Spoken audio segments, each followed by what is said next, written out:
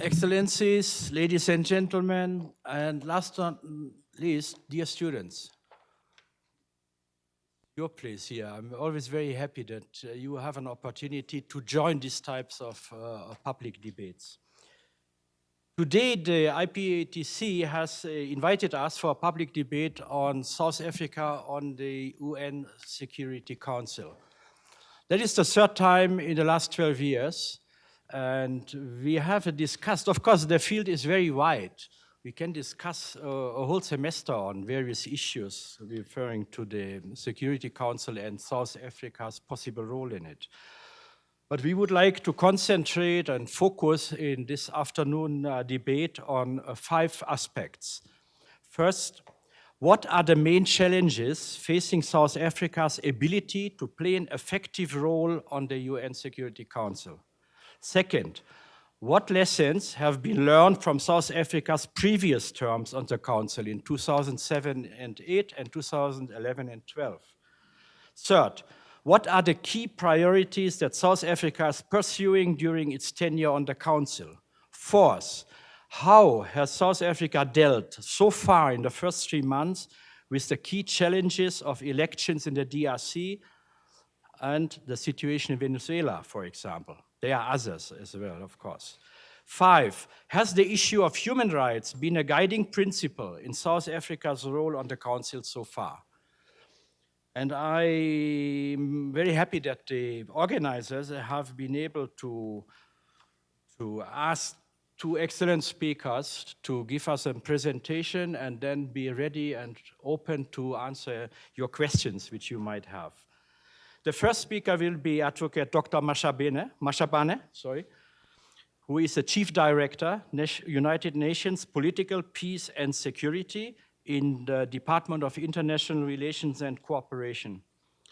He was previously South Africa's Deputy Permanent Representative to the UN from 2010 to 2014, and of course during the second time when South Africa was in the Security Council as a non-permanent member, Dr. Mashabane represented South Africa in the Security Council. He also served as South Africa's focal point for the responsibility to protect and as commissioner at the African Commission on Nuclear Energy. He holds an LLM in Human Rights and Democracy in Africa from the University of Pretoria. And our second speaker will be Nicole Fritz, the Chief Executive Officer of Freedom Under Law in Johannesburg, which is working to promote the rule of law and constitutionalization. But she's also the founder of the Johannesburg-based Southern Africa Litigation Center and served as its executive director for 10 years. The center's mission is to promote and advance human rights, democratic governance, rule of law, and access to justice in Southern Africa through strategic litigation, advocacy, and capacity strengthening. She is an extraordinary adjunct lecturer at the Center for Human Rights at the University of Pretoria and the University of Witwatersrand School of Law in Johannesburg. She previously taught at the Fordham University School of Law in New York, and Mrs. Fritz holds an LLB from the University of Witwatersrand, an LLM in International Legal Studies from New York University. She has published extensively on international criminal law and on South Africa's relationship to the International Criminal Court. And with these few words, I would invite you, both the speakers will have about 20 minutes, and then we discuss, we open for questions, and I beg you to be as short as possible afterwards. Thank you. Doc. As a program director, thank you very much. Excellencies, ladies and gentlemen, Professor Adebayo, we thank you again for inviting us. I've seen some of my colleagues from DICO who have joined here to provide both diplomatic and moral support as I engage here. Look, it's limited time, 20 minutes, I'll try my best. I always prefer to speak longer than that, but this is supposed to be an engagement. So I may not follow that order of the questions. but in the process, I'll try to address those questions. Now, so it's a well-known fact that now we are currently serving in the council for the term 2019 to 2020. We are 3 months in the council now, and we have already dealt with some controversial issues, and we have already voted against one resolution. I'll come back to explain that later. That's on the situation in Venezuela. One of the questions that the organizers wanted us to address is our experience of the past 2 times that we served in the council. So as you'll know, we first served in the council in 2007 and 2008. That was the first time ever since the UN was formed in 1945, despite us having been one of the founding members. And of course, the tumultuous history that we have with the UN having been expelled and returned back in 1994. So for the first time in 2006, the General Assembly elected South Africa, of course, after the endorsement of the African Union, to serve in the council. And of course, in our engagement then, we were guided by the pillars of our foreign policy, which includes in the main peaceful resolution of conflicts, respect for international law, promotion of multilateralism, and a commitment to a rules-based international order, and also respect for human rights, which I think is one of a controversial issue that has always been raised in relation to decisions that we take. Now, as you will know, being a non-permanent member, you only serve for 24 months, and you are serving with about 5 countries that are permanent, and others who have served in the council several times since 1945 on non-permanent basis. But one of the things that we did then, under the leadership of President Mbeki, as you will know at the time, since 1994, from President Mandela to President Mbeki, who were involved in resolutions of conflicts in the continent. So the membership of the UN Security Council came natural as a complement to the work that the political leadership of this country was already doing. But one of the foremost guiding principles for South Africa's engagement in the Security Council was what we call the promotion of the African agenda, which is mainly about the resolutions of conflicts and prevention of conflicts in the continent, with the Africans in particular playing a role, and in this case, the African Union being at the forefront. And in order, in fact, to realize that aspiration, in 2008, President Mbeki chaired a meeting of the Security Council during South Africa's rotating presidency. And South Africa piloted and sponsored a resolution focusing on the cooperation between the UN and the African Union, inspired by Chapter 8 of the Charter. So for those of you who have had an opportunity to go through the Charter, you'll see Chapter 8 talks about cooperation with regional organizations. And out of that, a resolution was adopted called UN Security Council Resolution 1809, which talks about the cooperation between the UN Security Council and the African Union Peace and Security Council. Now, part of the political and ideological motivation behind that resolution was that there was a feeling that, of course, the Council, in terms of the Charter, has a responsibility for maintenance of international peace and security globally. Now, there are currently, even then, the majority of the items on the agenda of the Security Council are mainly African. So there was a political feeling that the decisions can't be taken in New York by permanent members who are not necessarily closer to the continent. That whatever the decisions that have to be taken have to take into account the views of Africans. So that was one initiative. But during that same tenure, the issue of security sector reform was one of the fundamental issues that we pursued as well, out of an acknowledgement of the fact that most of the countries in the continent that were going through transitions were battling with the security sector reform. So that became one of the flagship projects that we pursued in the Council. And of course, unexpected of us, the African Union again, in 2011 and 12, endorsed South Africa and mandated South Africa to return back to the Council. So the same principles and priorities that motivated or guided our membership in 2007 and 8 guided our membership then in 2011 and 12. And in January 2012, President Zuma presided over a meeting of the council. And again, South Africa sponsored a resolution that strengthened the previous resolution, and this became UN Security Council Resolution 2033, that strengthens the cooperation between the two bodies. And as you will know, many of you now, in terms of those two resolutions, the Security Council is required to consult with the AU Peace and Security Council on annual basis, with the meetings rotating between Addis Ababa and New York, to look at the agenda items concerning the continent and to share views. Because most of the time, the African Union Peace and Security Council or the African Union will meet at a summit level and make some recommendations, and at times the Security Council will not take those recommendations into account.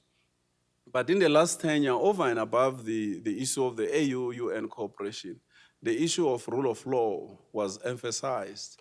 And part of the challenge, which many of you may not be aware of, we had differences with some of our Western partners on the issue of rule of law. Insofar as they are concerned, rule of law only applies domestically.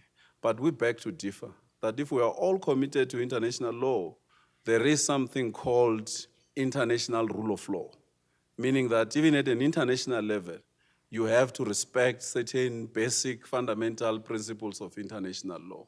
So this is one of the fundamental issues that we raised.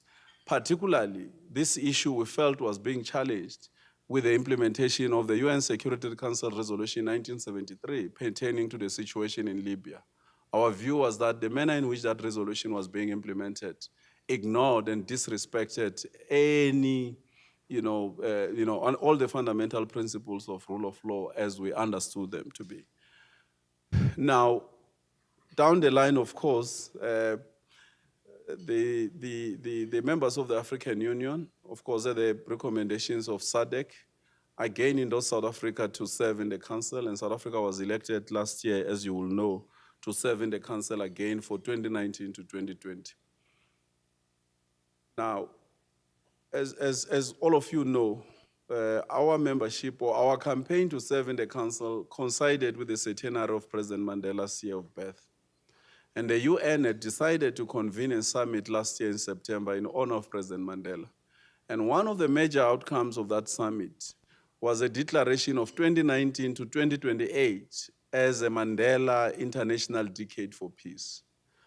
We therefore thought that this is one of the fundamental priorities that we have to take into account into our membership, that for the 2 years that we'll be serving in the Security Council, we'll have to build a foundation towards this, the implementation of the program of action for the decade, Mandela Decade for International Peace.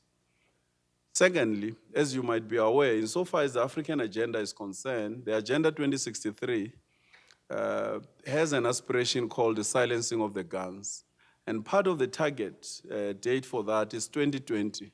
So in December 2020, the African Union and all Africans in the continent have committed themselves to make sure that all the guns will have been silenced. So this is part of the aspiration that we're carrying to the Security Council as a global institution responsible for maintenance of peace and of international peace and security.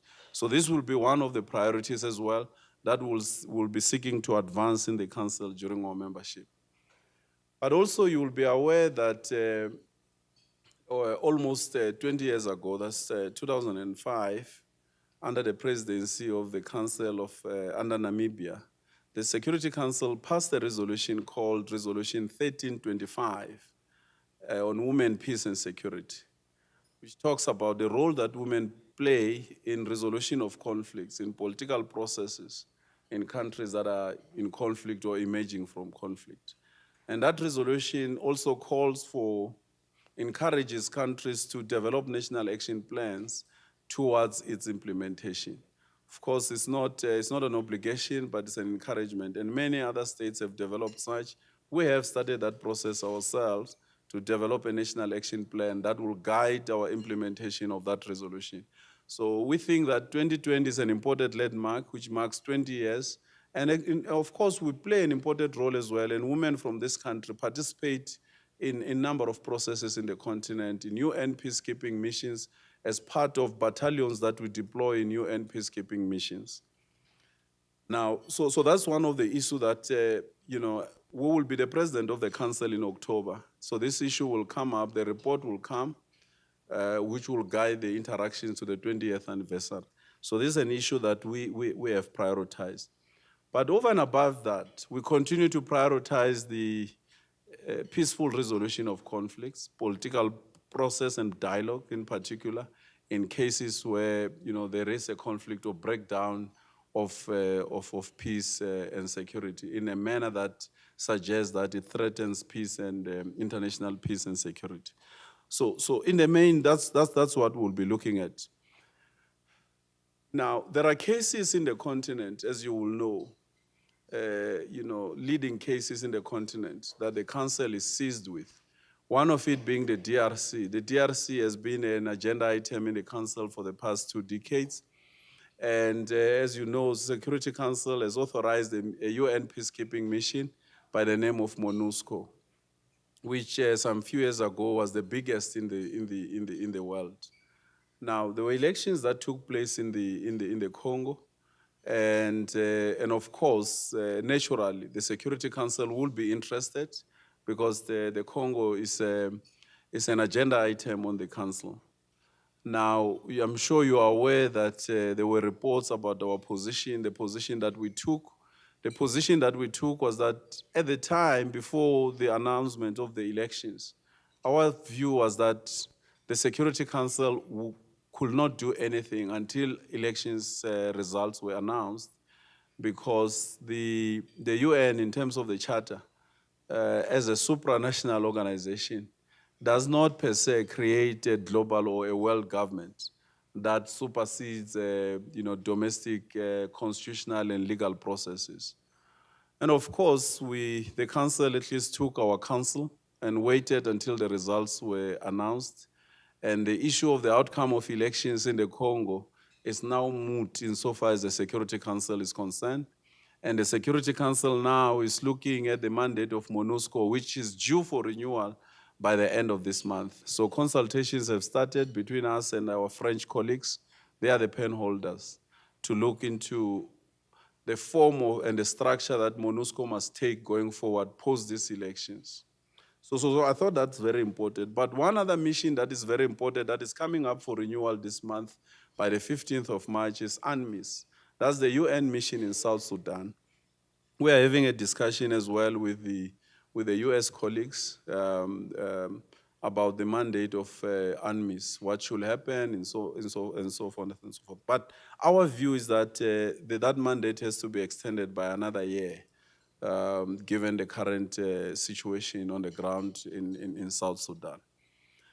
The experience that we have from the past 2 terms is that the disadvantage that all of us have as non-permanent members, the 10 of us, is institutional memory. Because the 5 permanent members have been in the council for the past 70-something years. So they have the experience. We still have to interact with them and engage with them. So experience and information, insofar as previous decisions that were taken, creates a serious limitation. That's one. Secondly, the reality is that the permanent 5 members, they take geopolitical contestations into the council. So whenever there's a standoff, in terms of global politics between and amongst the members of the P5, that plays itself out in the Security Council, and that can make life difficult for the non-permanent members.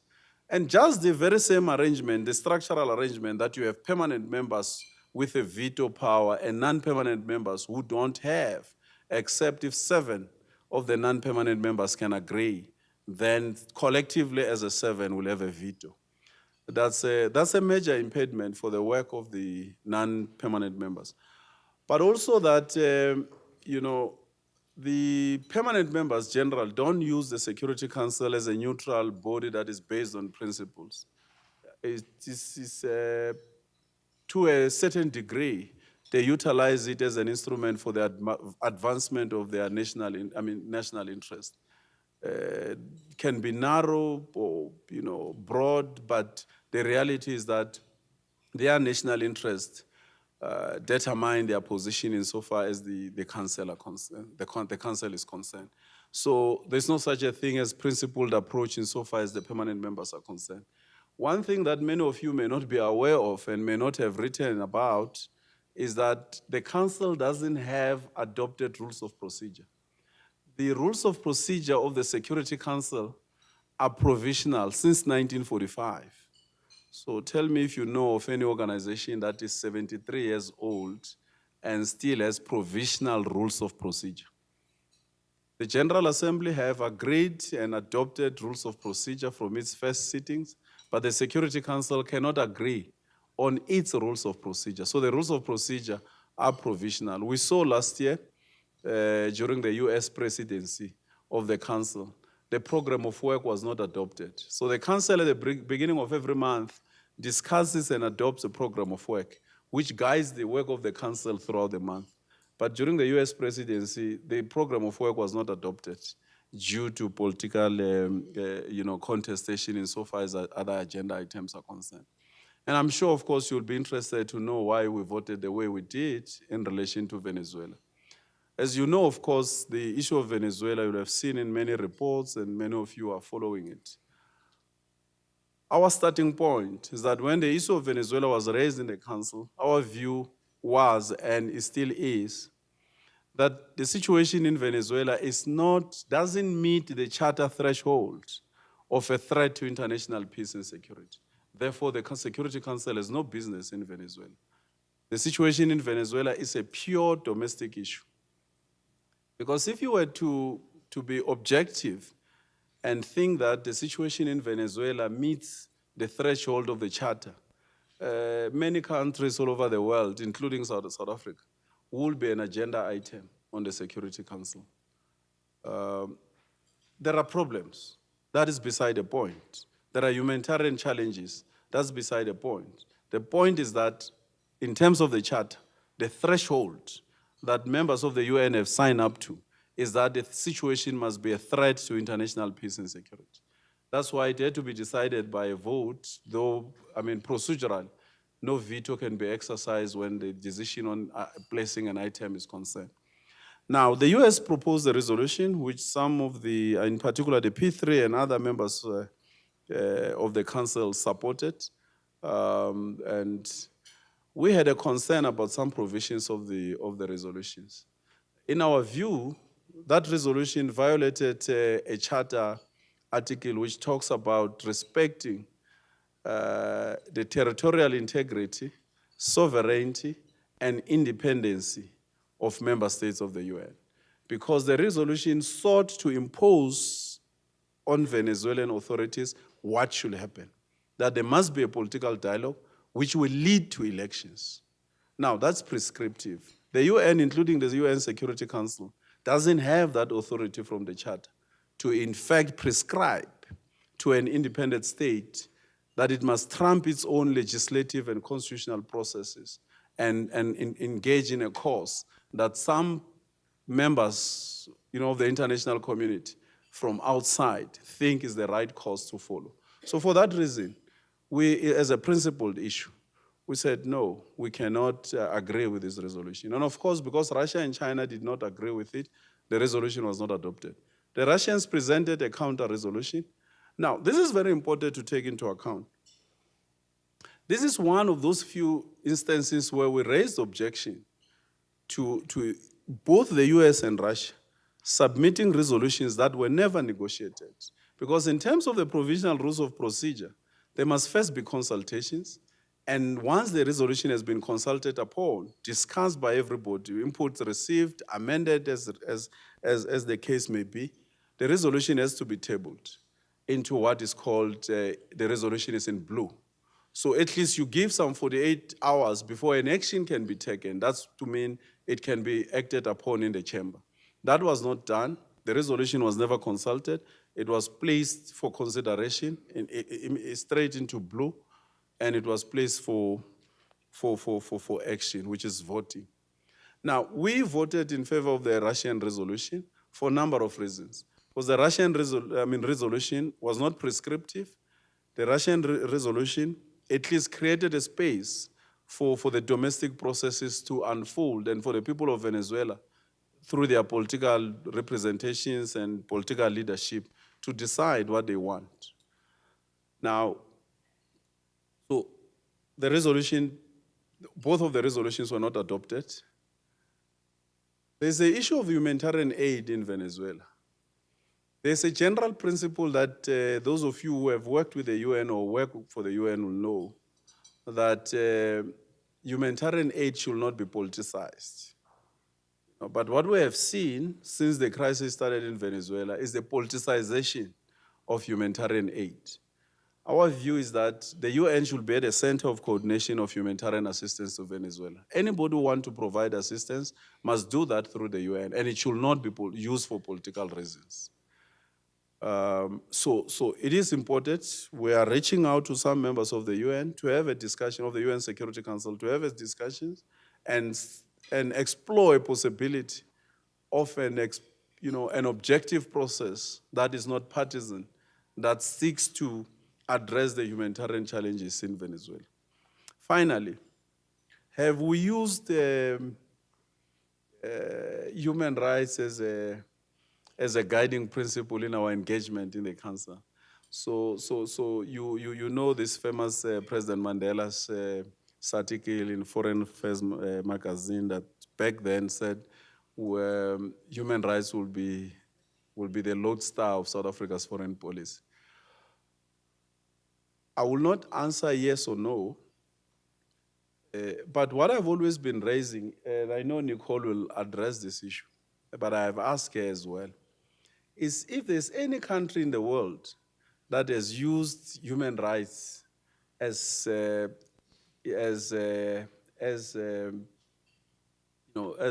central point in its foreign policy engagement, we would love to study those countries.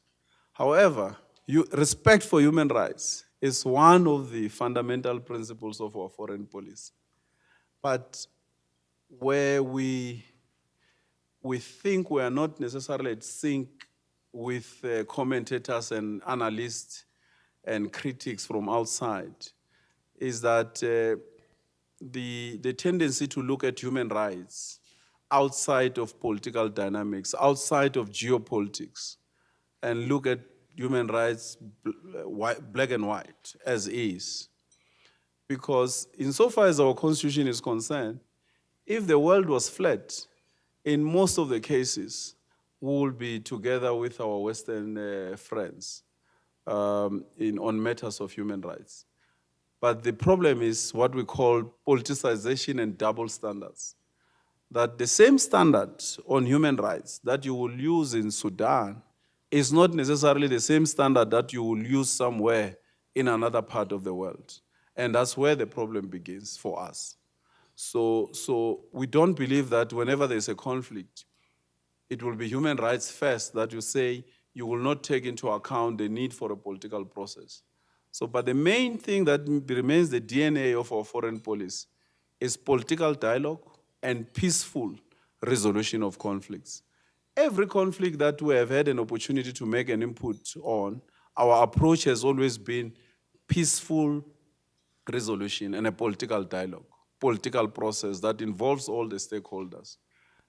That remains our position in Syria. When the Syria conflict broke out in 2012, we were a member of the Security Council, and the main issue that we raised was that it's not going to help anybody to make calls from capitals that the leader of Syria should step down, because in our view, that's nothing else other than regime change agenda. Our view was that you need a political process. You must allow the Syrians to engage and determine their own destiny and determine their own future without anybody imposing some form of a social engineering from outside on what the country should look like. I think, Chair, I think I'm fine. I'm fine. I can deal with the questions.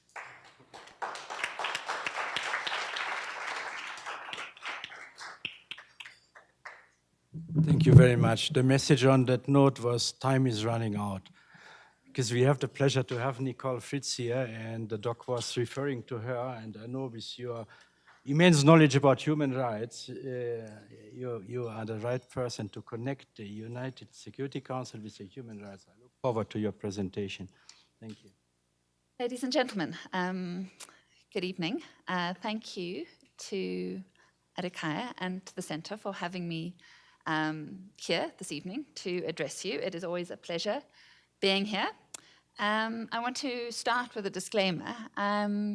While I have certainly taken an interest in South Africa's role and relationship to the United Nations Security Council, the focus of my work over the most recent period has been very much sort of domestic rule of law issues here in South Africa. And so I am perhaps not as familiar with recent developments at the United Nations Security Council as others might be in the room, but I hope my background will allow me to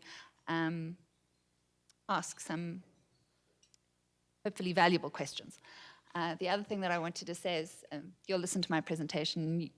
I was listening to Doc's presentation and thinking, I mean, we've been having these exchanges now for a number of years, and he's alluded to points of difference, and you'll hear there definitely are points of difference in our perspectives, but they seem to me to be drawing closer, and that's either because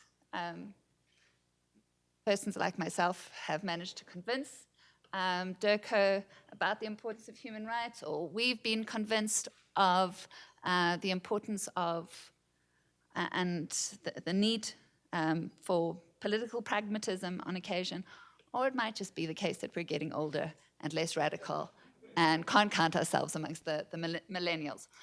But you can tell me having heard the presentation.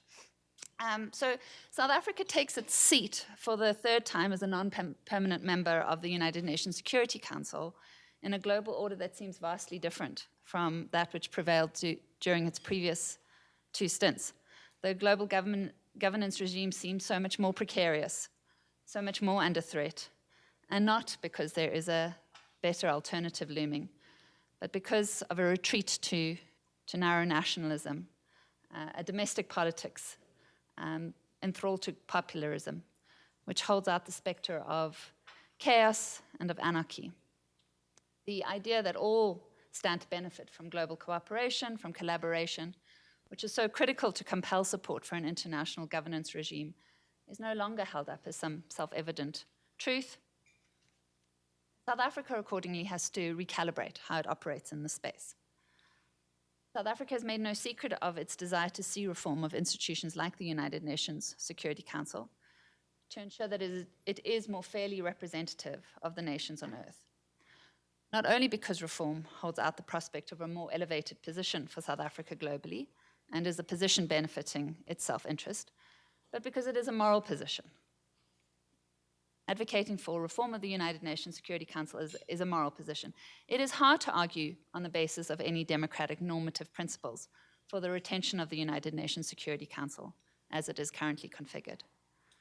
There is some irony as we look back on a period that ostensibly represents the high point of the rollout of national democracies, that coincided with a global governance architecture that seemed impervious to any call for reform in line with more democratic principles. And as Doc has pointed out, South Africa has been quick to point out the double standards and the distortions that arise as a result of the inequality and the unrepresentative nature of many global institutions. But sometimes South Africa has seemed, with respect to its previous tenures on the United Nations Security Council, and I say this with all due respect, as if it is a child in the sandbox, throwing sand in the other children's eyes. That might have served its purpose somewhat in previous tenures, drawing attention to its complaint when the other kids were prepared to play in the sandbox. But this time, there's a real danger that some of the other kids will climb out of the sandbox, grab some guns, shoot the sandbox to smithereens, leaving South Africa a little woebegone, because really it wants to play in the sandbox. And I relate that incident not to make light of the situation or to poke fun, but only to illustrate that South Africa's tactics will have to change this time round. It can't afford to be seen as the spoiler. If it wants reform of the United Nations Security Council, it will have to help show that what it seeks reformed is an institution capable of delivering effective, necessary outcomes. And South Africa, I think, appears appreciative of this new context and the need to play a different role. Minister of International Relations and Cooperation, Lindiwe Sisulu, said recently, our work in the United Nations Security Council is important for South Africa, and for the developing world. Here we seek to reverse dangerous trends towards unilateralism and protectionism, which is being spearheaded by some countries. But it must do more. South Africa must do more than just protect against unilateralism through its work on the Security Council. It can't continue to adopt an unflinching position, which is that attempts to address grave human rights violations occurring within a country constitutes a violation of sovereignty. And it can't continue to oppose action in respect of country-specific resolutions, lest that furthers regime change agendas. Because many, of course, within the international community rightly look to South Africa and its history as an illustration of why grave domestic human rights violations must be viewed as reaching a level of threatening international peace and security. It is worth remembering that it was UN Security Council practice in respect of apartheid South Africa. And I mean, the United Nations Security Council is not a court. It doesn't issue precedent. Its practice doesn't result in precedent.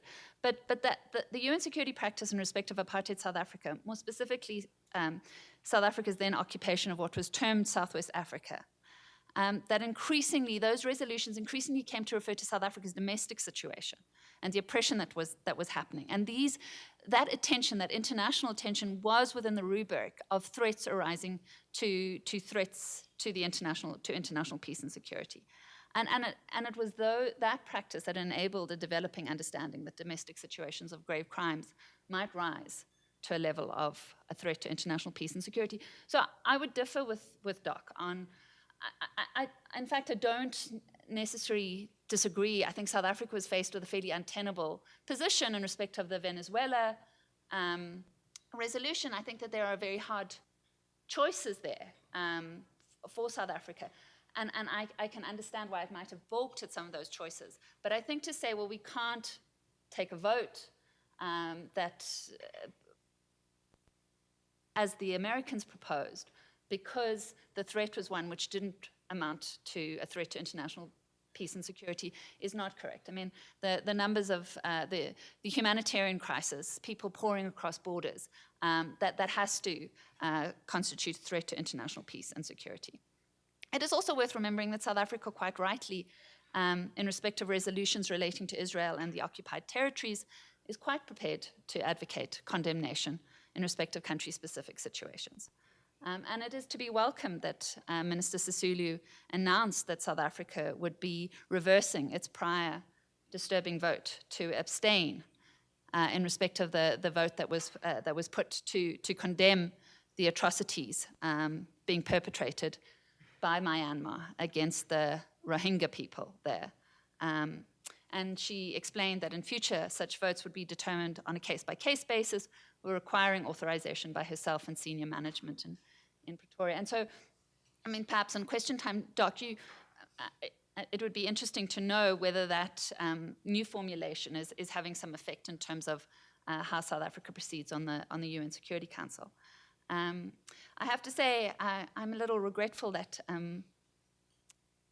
our tenure on the Security Council will not coincide with Nikki Haley, who was the US representative on the UN Security Council, that there will be no coincidence. She, of course, famously said that the US would be taking names and shaming those countries, and South Africa is listed as, you know, one of the 10 countries in which there is least voting coincidence with the United States, and so it should have resulting opprobrium heaped on it. I think South Africa does find itself in some rather unsettling company when you look at that list. But the fact that South Africa votes against the United States on many issues, and specifically on issues pertaining to Israel and the occupied territories, is not an indicator that South Africa is taking the wrong position. And I imagine that there might have been, we'll see who assumes the seat for the US, but I assume that there might be some fiery and interesting dynamics there. The other thing that's worth remembering is that South Africa not only assumes its seat for this third stint in a new global context, it also assumes its seat in a new domestic context. We have a new administration that seeks to draw a line,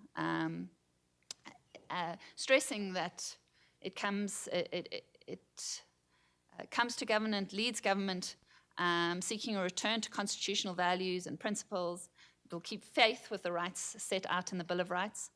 And I think it's important to bear in mind the domestic context, and obviously the rights and the protections that are held out in South Africa's Constitution and the Bill of Rights. I'm not for a moment suggesting that the votes South Africa cast at the UN Security Council are legally justiciable, but there's a recent case that just handed down by the South African Constitutional Court, which is very interesting, and this relates and pertains to South Africa's involvement in the collapsing of the SADC tribunal.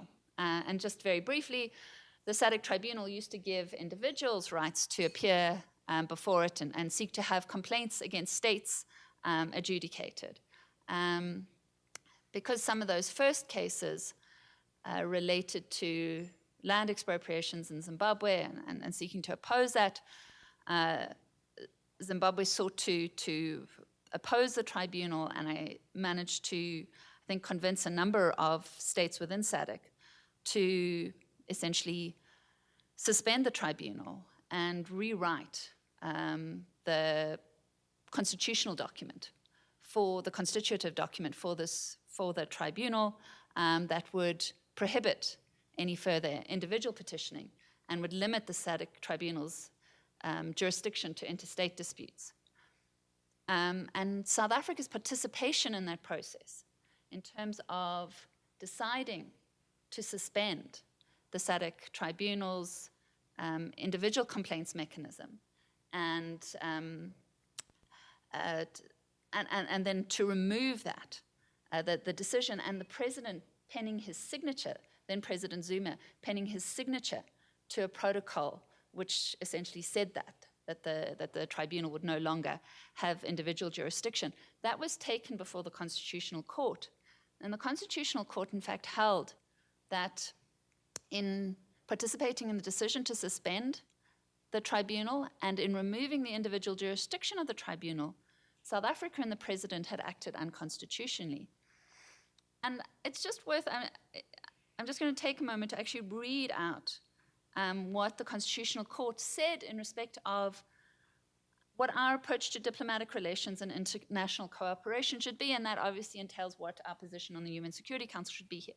And that is the correct approach to sound diplomatic relations and international cooperation here is, from a correct South African perspective, fundamentally about the protection and promotion of the essence of our Bill of Rights and of the treaty, namely access to justice, human rights, democracy, the rule of law, and the independence and effectiveness of institutions that strengthen good governance.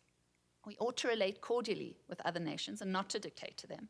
Similarly, we are never to feel obliged to relinquish our sovereignty and rightful place in the family of nations at the altar of diplomacy, comity, and the need for consensus. We thus have to relate with our other sister countries with an unshakable purpose of contributing to the realization of a more just, equal, peaceful, human rights-oriented, truly democratic order and shared prosperity. This is especially so in a region that has a long and painful history of struggling for the attainment of these good governance, economic development, growth, and stability-enhancing goals of universal application. It follows that considerations of comity and the quest for sound diplomatic relations cannot assist the president in his effort to insulate his signature from constitutional invalidation. And I want to say, I mean, nobody is at this point suggesting that South Africa's votes before the UN Security Council should be justiciable in a domestic context. But if a president's signature to a protocol can be held unconstitutional by a domestic court, it isn't so hard to imagine that a vote before the UN Security Council, that there might be arguments to suggest that a vote before the UN Security Council might be. Putting that aside, I mean, the other point to make in respect of the new sort of domestic alignment is that there can be no doubt that South Africa draws legitimacy internationally from its domestic conduct. And that our Constitution and our Bill of Rights is central to our legitimacy. And I think those of us watching the third term play out and South Africa's performance before the Human Rights Council and the Third Committee and the General Assembly must certainly hope that we will not see a repeat of any votes that seem to run counter to our rights and protections of LGBTI persons, or religion, the right to freedom of conscience and belief. And then the final point that I want to make is, and I think we're definitely seeing this, is but as South Africa takes its positions and on various international platforms, that it seeks to communicate as effectively and as powerfully as it can why it is taking these positions. I think for a domestic constituency, it's not enough to say, well, it's just process. And we believe, that certain votes should be before the Third Committee, certain votes should be before the General Assembly. I think what we're looking for is kind of real substantive engagement. And I think that is not only to satisfy a domestic constituency, but also because we want to build a constituency among people in the rest of the world, to enable South Africa to shore up its soft power and to secure support for its positions, such as reform of the UN Security Council. And South Africa is not necessarily going to draw support for reform from those who's from states who have vested interest in maintaining the Security Council as it is currently configured. But certainly there are domestic constituencies within those states who might respond to South Africa's call for a fairer, more representative order.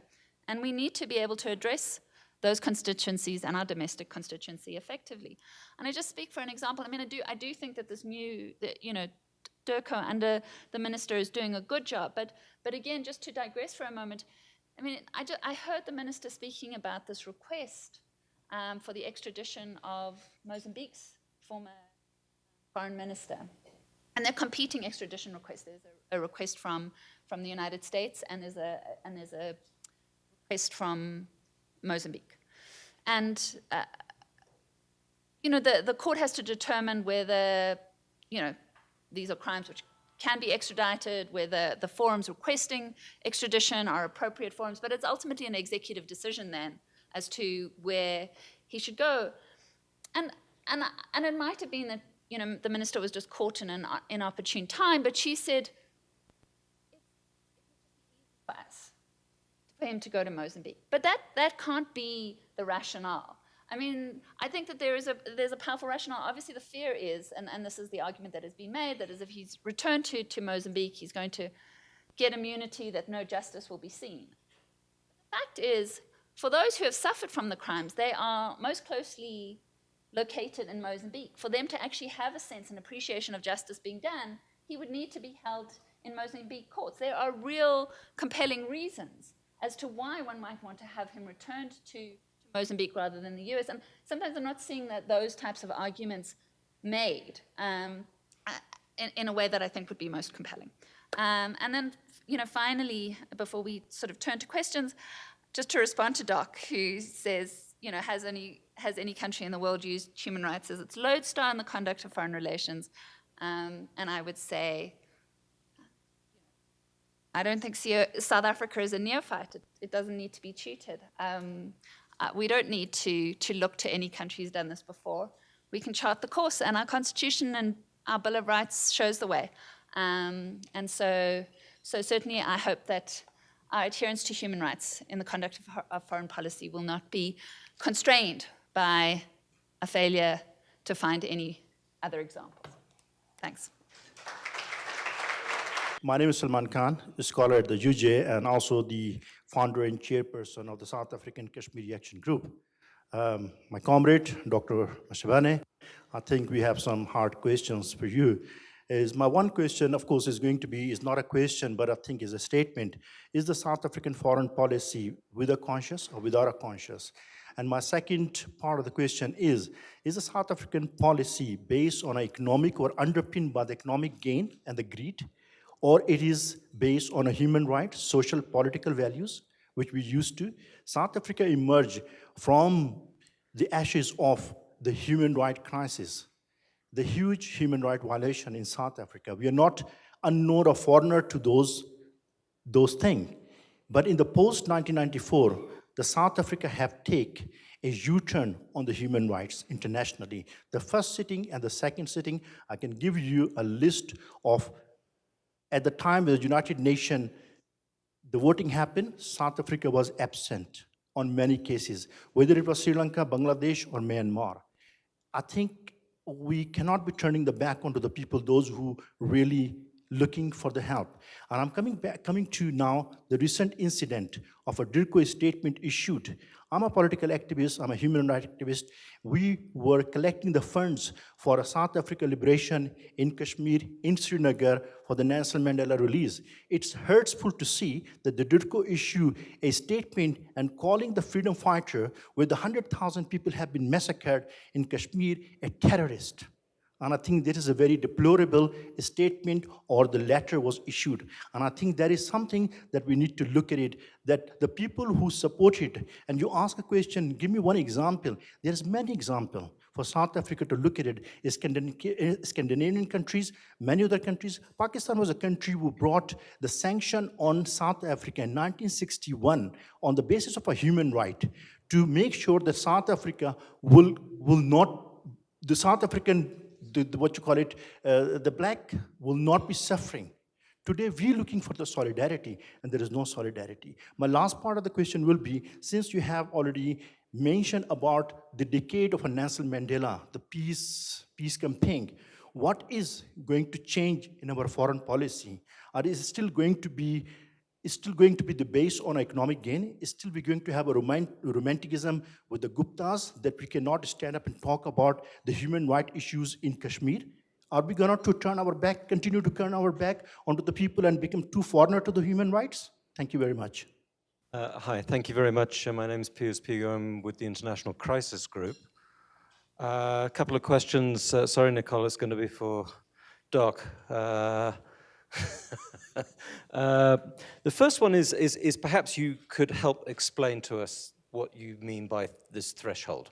Sorry, because I think it relates to Nicole's talking about the humanitarian disaster in Venezuela with over 3 million people outside the country and the import that has for the region. One has to ask about what the international implications are. You could argue in the South African case, of course, the destabilization of the region also contributed to obviously international insecurity.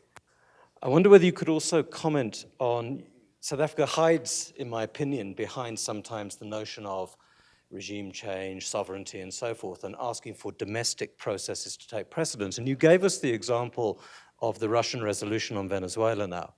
How does South Africa calculate and respond to the manipulations and the unfair advantages that are given to certain parties in these domestic processes? And we had a similar thing, and it's not a UN thing, but with our neighbor in Zimbabwe, where we pushed a global political agreement under the auspices of SADC, but were effectively asking the opposition to fight or to engage in a negotiation with both hands tied behind their backs. So I'm curious about how South Africa reconciles the distortions in the domestic situation in terms of making it a fair playing field for domestic negotiation. Lastly, if you could perhaps comment on what you think the import of the intelligence and defense reviews are, which don't look good in terms of South Africa's capacity to contribute to its peace and security priorities, what you think the implications of that are moving forward in the next couple of years. Priyal Singh, Institute for Security Studies. Thank you very much to the panel, very interesting inputs. I have a quick two-part question. One of the questions we often get on our analysis of South African foreign policy, especially on the UN Security Council, is on the question of African unity, on the unity of the A3. And the first part of the question that I'd like to ask is, what role do you see South Africa playing in terms of ensuring a greater kind of cohesion and unity of purpose amongst the African grouping on the Security Council, especially given South Africa's role as chair of the ad hoc working group on conflict prevention and resolution in Africa? The second part of the question generally relates more to the issue you raised on UN-AU relations. We're also working on a current assessment of the 2017 Joint Framework Agreements between the African Union and UN on enhanced partnership for peace and security. And I think the most pressing question that we have right now, especially for South Africa, is what can South Africa do to kind of ensure that we move past this deadlock and impasse that we currently see on the Security Council when it comes to the financing of African Union-led peace operations through UN-assessed contributions. Thank you. My name is Khuzan Lawrence Tseka from the University of Johannesburg, a politics and international relations student. My question really, my colleague before, he really just stole all my questions, but I just have one pressing one. The UN Security Council, to me, if you study it more often than not, looks like more than just another arm of international military interventionism, if not. How, in the face of UN Security Council reform, are we focusing on how to create subsidies within water security, cyber security, since we are moving to a digitalized world order, and of course, as well, in a military essence, the security aspect of it? Is it? Sorry, I'll just repeat that one more time. The UN Security Council, to me, if I study it, seems like just another arm of international military interventionism. And how do we then, in the space that we are currently in during UN Security Council reform, do we allow ourselves to say, okay, how do we break it up into focusing on water security? There's water scarcity in the geopolitical areas globally. Cybersecurity, particularly University of Johannesburg is focusing on the fourth industrial revolution. How do we focus on cybersecurity, not just in the continent, but also in the global arena? And other aspects, really, in the security matter, because security, if we study it, is not just military, it's a lot more than that. Thank you very much. Thank you very much, Program Director, for giving me that escape valve to answer whatever I think applies to me. International Crisis Group, those were difficult questions. It cannot get worse than that. The issue of the threshold. Look, I get your point. It's not like we are indifferent to the sufferings of the people of Venezuela. There's a reality, there's a humanitarian crisis. People are crossing the borders and all that. But you see, the hard politics of international relations, that if you look at the history of the Security Council, it's the history of the UN itself. At some points before the UN was formed, the discussion was more about, even before it became broadly the UN, was about a body that will look at global security. So, but the compromise later to include economic development and human rights, those were afterthoughts. But if you look at the charter, there are many things that, the charter from the preamble acknowledges that have to be done in respect of human rights and economic development. But basically what, because the Security Council to a certain extent has become some form of an executive arm of a global government, because that's the only organ, principal organ, that has the power to take legally binding decisions, and even has the power to authorize the use of force, including military force. So having a country become an agenda item is not something that is taken lightly. Now, if you can argue that we are being dogmatic in our approach, but many of us here in the continent know about the situation in Somalia. And Somalia is a threat to international peace and security. But the Security Council doesn't agree that we must have a UN peacekeeping mission in Somalia. Somalia has, over the past few years, stabilized, not because of the UN Security Council, but mainly because of AMISOM, the African peacekeeping mission there, which mainly is carried by the few countries of that region. So these are the politics.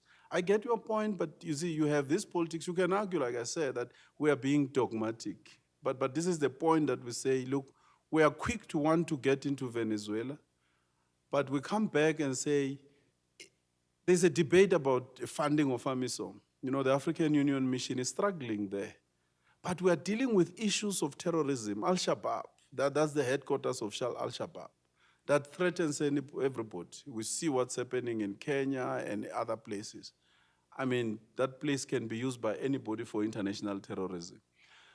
But it is the charter that says the council only deals with those situations that are a threat to international peace and security. And I guess, Nicole, when it comes to communication, this is part of the area that maybe we're battling to explain. You know, the Mandarins there in DICO are not explaining this issue properly. That the Security Council is not the only platform. There are other platforms. You have the Human Rights Council that are supposed to deal with other issues. The issue of regime change. I hear you. Actually, we have given a new meaning to what regime change is supposed to be. Regime change is not supposed to be a swear word. You know, we have elections taking place, declared free and fair, then whatever, one regime is changed. But of course, this started when President Bush was a president, you know, talking about regime change and so on and so forth.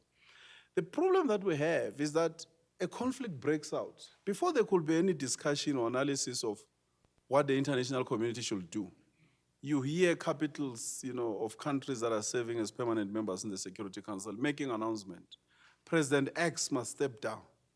But how does that happen if that country has a constitution?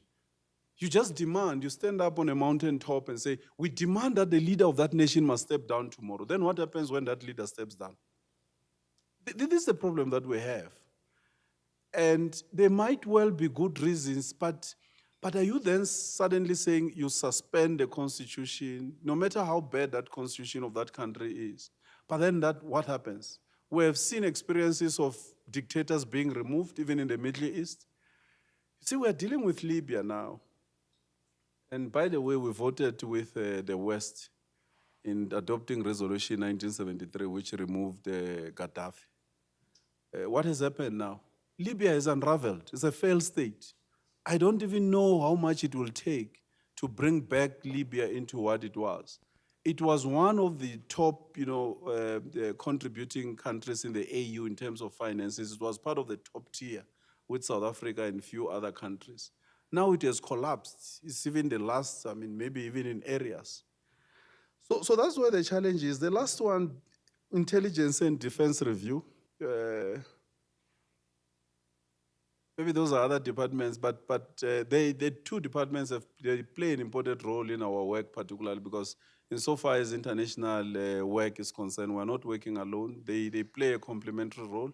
We can only appreciate, you know, the report, and we think that the strengthening of state security and the recommendations that are made and what the president plans to do will only strengthen the work that we do, the international work that we do. And of course, the president has announced the resuscitation of the National Security Council, which I think creates a good opportunity for all of us from both defense, intelligence, and foreign policy point of view and other players domestically, you know, to coordinate our approach on a number of issues that affect us domestically in our borders, but also our role in the continent.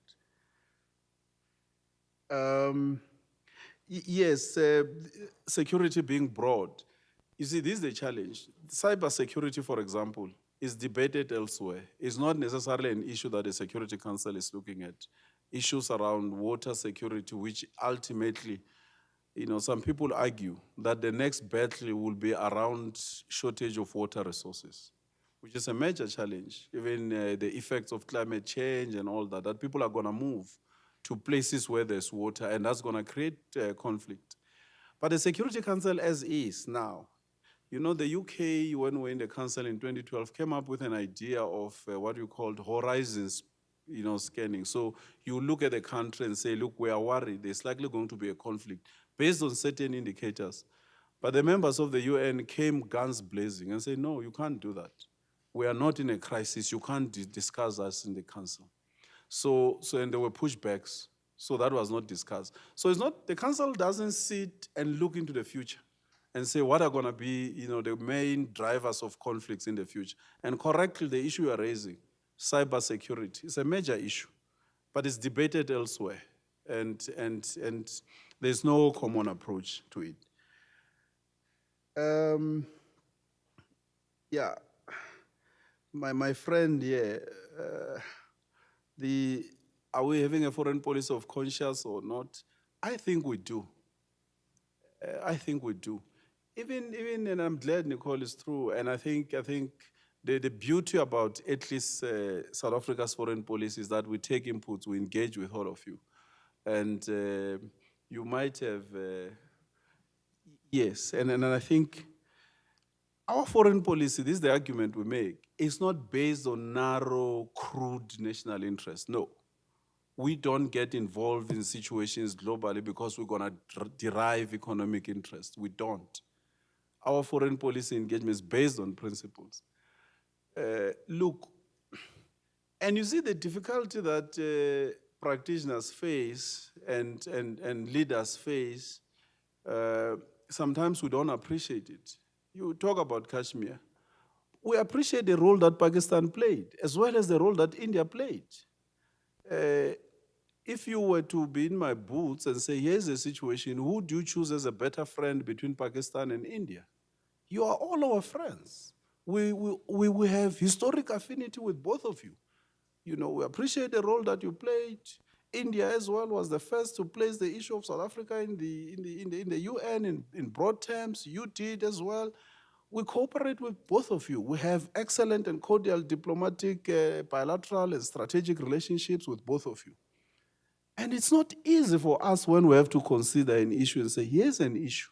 There's a dispute between the two of you, you know, the two friends. And we're not there when it started. But we have to maintain a principled position. For example, if you talk about the issue of terrorism, you will at least use as a guide and say, if the UN designates this organization X as a terrorist organization, you then at least say, oh, UN is a credible international body. Therefore, we can then say these activities are condemned activities of this organization as listed by the UN as a terrorist organization. So it's not us making a call, a judgment to say this organization is a terrorist organization. It's the UN that has done that. Now, human rights, here's the point, let me correct this. We are not suggesting that human rights is not at the center of our conduct of diplomatic relations. It is. Maybe the approach that we take is different. So if there's violation of human rights in any of our neighbors, our approach is to say, standing on a mountaintop there in the Union building, shouting that leader X, you are violating human rights, please stop it, lest it's not helping. We think that we can still engage without necessarily shouting and say we are concerned about the violation of human rights. We think we must work on this. That will ultimately lead to the resolution of the situation. The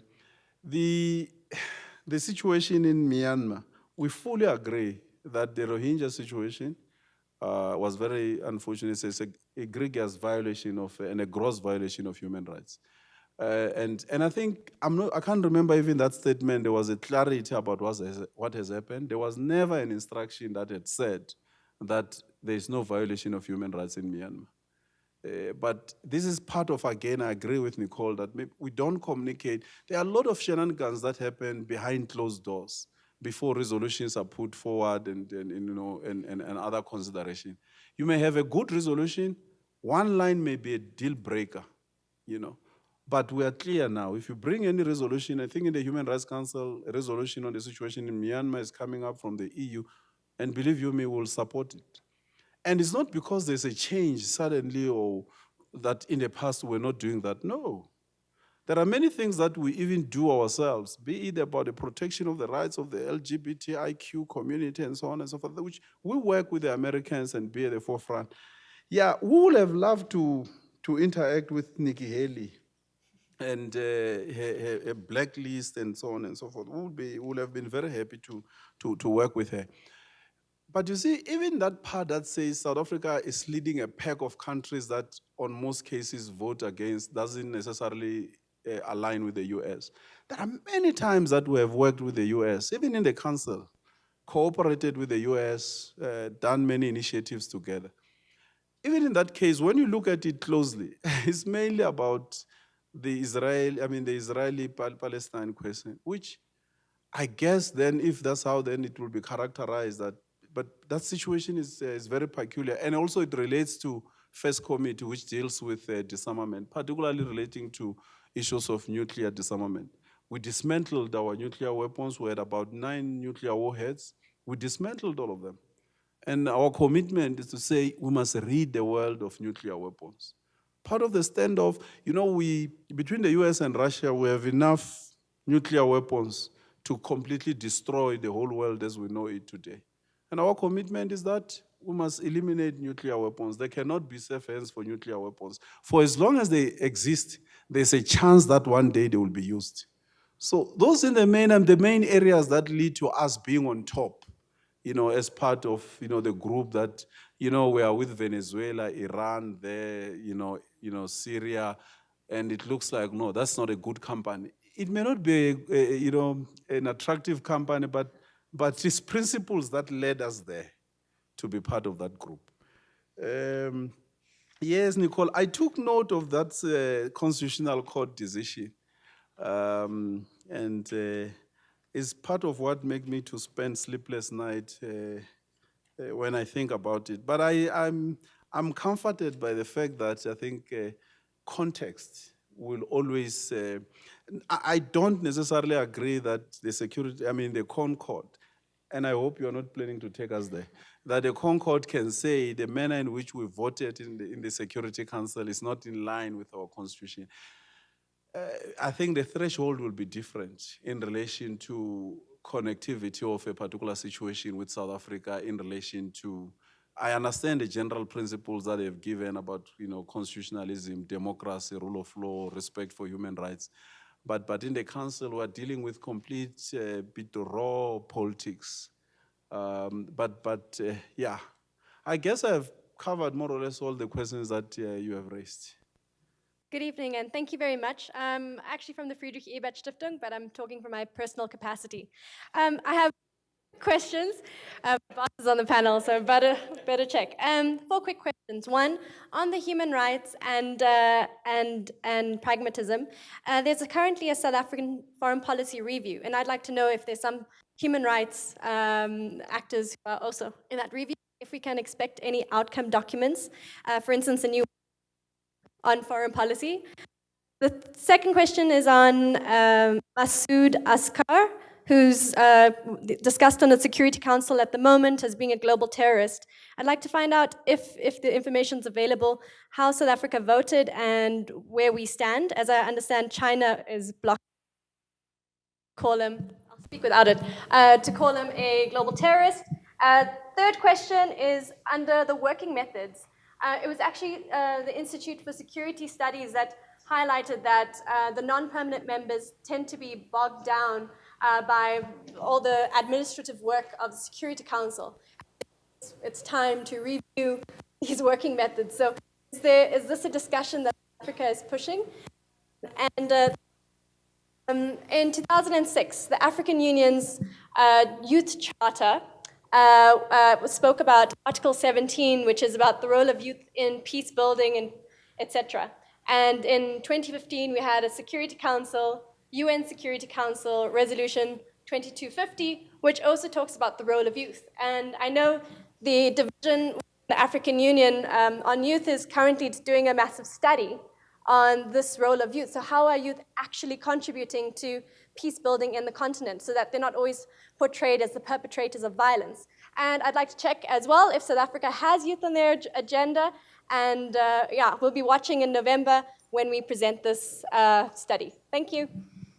Okay, thank you very much. Adeke Adebajo from the Institute. Thanks, really good debate. And it's almost like it's been caricatured as Machiavelli versus Mother Teresa, and it's clear who is who.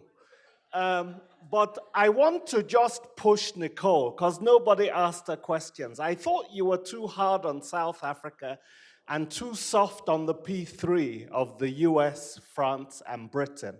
And I just want to give you a chance to condemn some of what they've done historically on human rights. In Rwanda, as you know, the US, supported by Britain, forced the withdrawal of a 2,500 strong UN peacekeeping force at the time the genocide was starting. And then you have 3 oil-producing countries. Iraq, which was invaded illegally, and maybe 500,000 to 1 million people were killed. They stopped counting, and some people actually thought this should have been a case of war crimes at the ICC. You have Libya, where you had basically responsibility to protect being abused and misused for a regime change agenda. And now you have Venezuela. All 3 happen to have oil. Maybe it's a coincidence, but I want to give you a chance to condemn that, Nicole. Thank you. Yeah, thanks. My name is Enoch Pepra, and I believe you still remember my views of the UN. To reinforce that view, I'm asking 3 questions, not necessarily in any order. Firstly, is the UN, and for that matter, the Security Council, a rules-based organization? Secondly, does it treat all members as equal, particularly because of their humanity, not necessarily because of their economic muscle? And thirdly, does anybody take responsibility for any transgression? I mean, you can cite a number of cases. For instance, the ubiquitous way in which the Iraqi war was started. You know, some presentation was made, and on the basis of that, some ideas were bulldozed through the Security Council, and then, of course, it became the genesis of the war. So the 3 issues, and more particularly, is anybody held accountable for any transgression? Thanks. Okay, hello, my name is Ratabile, and I'm doing my first year at UJ. So what I'm gonna ask today is from a perspective of a young Black person on the ground. So I'm not gonna come as someone who's perhaps educated with a PhD or any of those, right? Because I'm not. So this is what we're wondering on the ground. We're wondering what influence does South Africa have on the United Nations Security Council? Do we have any influence? When we talk, are they listening to us? That's what we've been wondering, as I found out that there are only 2 African continents who are non-permanent members in the UN Security Council. So really, we have to question what impact do we have in the United Nations Security Council, and are we being as distinct as we are as an African? Are we putting our what we face forward? You know, I wish South Africa is not just like every other country. Like, we are in Africa, and therefore we are distinct in our own way. Are we being like that in the United Nations Security Council? Thank you. You know that Ethiopia had presented a resolution in December before they left the council. This is a resolution on financing of AU-led peace operations. The council is made up of 15 countries, 5 are permanent, 10 are non-permanent. And 14 states support the proposal of the, this is a position not only of Ethiopia, of all of us. We have been working on it for the past 2 decades. Now, Ethiopia could not present that resolution because the US doesn't agree. So, and they were gonna veto it. So we are taking it up. We have to do some heavy lifting in terms of engaging with the US on it.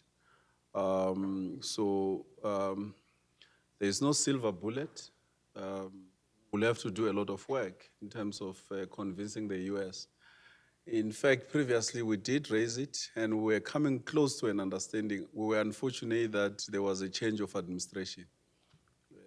Democrats left the White House and the Republicans came, so we're no longer in the council. So now we'll have to engage the Republicans and see. It's an agenda that has been there. In fact, this AU-UN cooperation has mainly been about that. We are simply saying, as Africans, we can solve our problems. We can send our boys and girls to where the conflicts are with boots. All we need is that the UN must provide assessed contributions. It's as simple as that. And we're not necessarily getting we get the support of everybody. All the 14 nations agree. All the 4 permanent members agree. We still have to convince the US. The listing of Masood, the Security Council agreed on a method called silence procedure, and so countries must indicate whether they object. We had no objection, and we heard that China might have had concern. I don't have, before I came here, I didn't get the latest information of whether China has broken the silence. So if nobody breaks the silence, it means then he will be listed. Working methods is an issue that we raise as well whenever we're a member, to say we need to improve the working methods, but you are dealing with provisional rules of procedure. Mainly for us, the working methods of the council pertains to transparency, that the work of the council must not be clouded in secrecy, done in secrecy and all that. There must be transparency. The other members must know what's going on.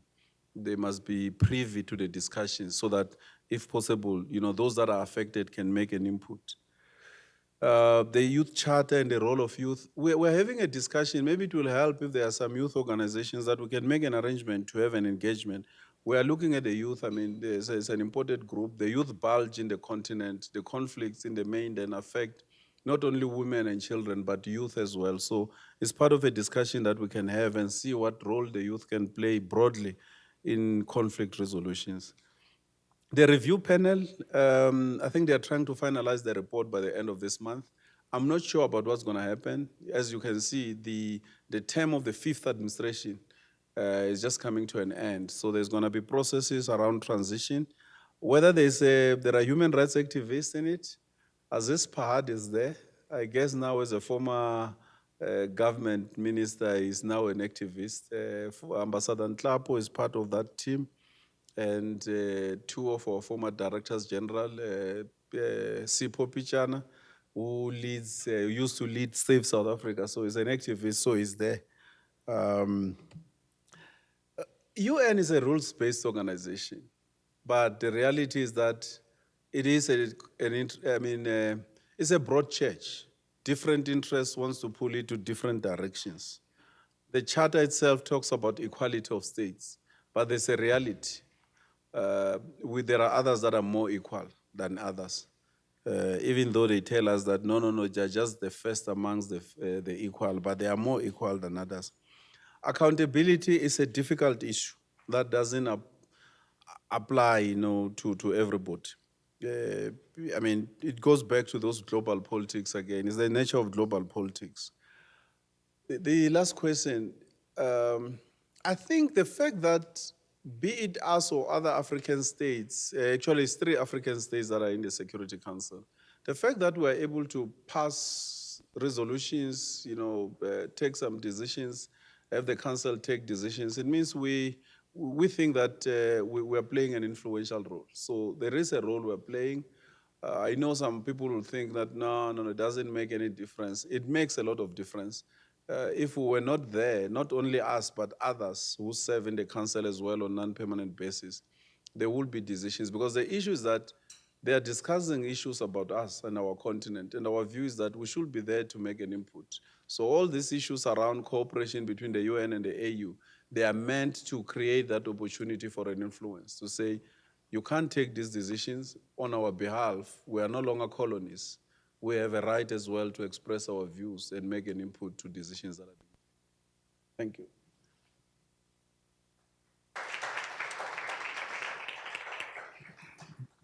Thank you very much, Doc.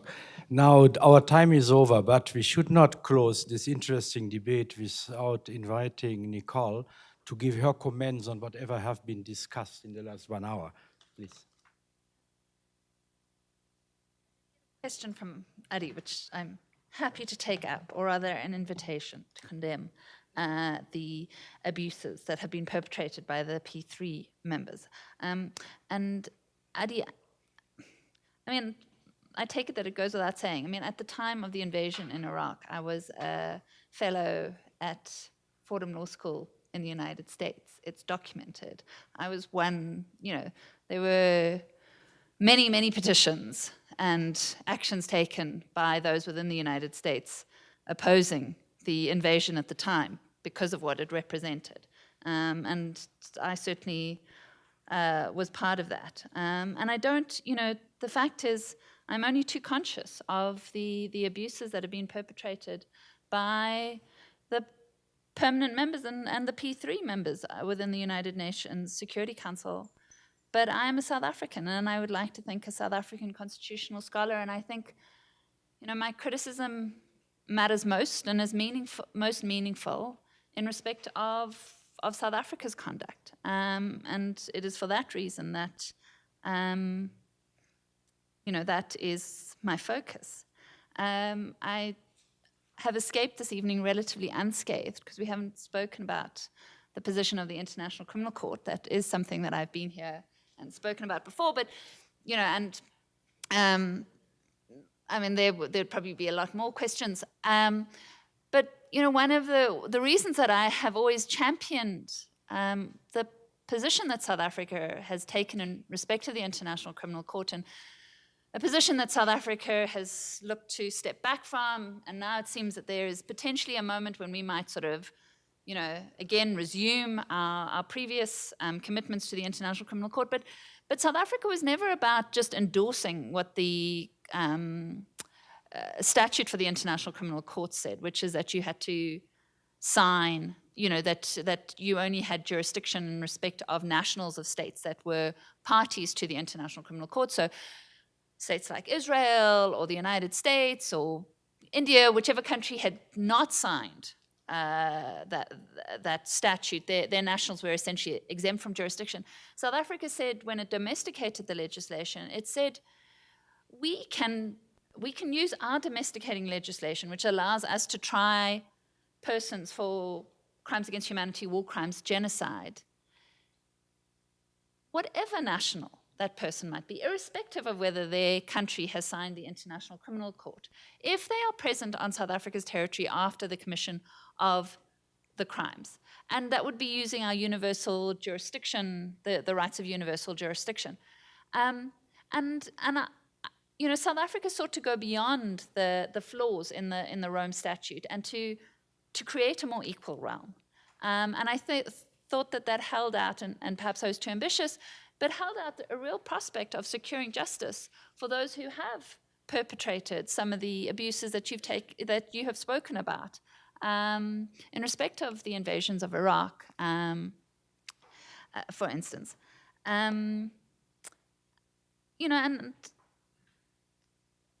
Finally, just to say, in respect to these other issues, obviously the UN Security Council, as I said, it doesn't operate on the basis of precedent. So, there's not a kind of formulaic determination as to when situations rise to threats of international peace and security. It really does rely so much on the discretion of individual states. And that's why I say it's, you can't say, oh, well, it's a domestic situation, the abuses are all located internally. It doesn't rise to the level of a threat to international peace and security. As Doc has already said, yes, whilst there might be lip service paid to this idea of equality, certainly the configuration, the powers, the fact that states, there are some permanent states that they get to exercise a veto, it is a deeply unequal and deeply unrepresented organization. But then to return to the last question that was asked, what influence does South Africa have on the United Nations Security Council? It is back there for the third time. That's fairly unprecedented. That's happened in a very short space of time. It speaks to the leadership that South Africa has been able to assume on the international stage. I think its reputation has taken some knock over the last few years, given some of the challenges we faced domestically. But I think South Africa's history and its ability to surmount that history. So, I listened to Doc, and he said that sort of blithely. He said, South Africa, we've had this tumultuous history before the UN. We were suspended, and then we came back in. But you can only say we've had this tumultuous history by making some communion with, a past that you were obviously opposed to. And it's that interesting role. So we've obviously had persons who fought against this oppression and are inhabiting a role as representatives of a state that requires them sometimes to inhabit a schizophrenic role. But I think we mustn't relinquish that history of liberation, of triumph over oppression. It's certainly not a job that's complete, but it allows us to have soft power. It allows us to leverage our voice, and it allows us to build constituencies internationally. And I think too often, sadly, we've sometimes squandered those opportunities. That would be my contribution. Thank you very much. Thank you, Nicole. These were wonderful concluding words, I must say. But before I would like to close this debate, let's thank our two speakers for having taken the time and shared their thoughts with us. Thank you very much. And then, of course, I don't know if a chair normally does this, but I'd like to thank the organizers for having got these interesting speakers and the group together. And I'd like to thank you, ladies and gentlemen, for your interest. And I think we will meet again, because that topic will follow us for the very near future. Thank you very much. Have a good evening.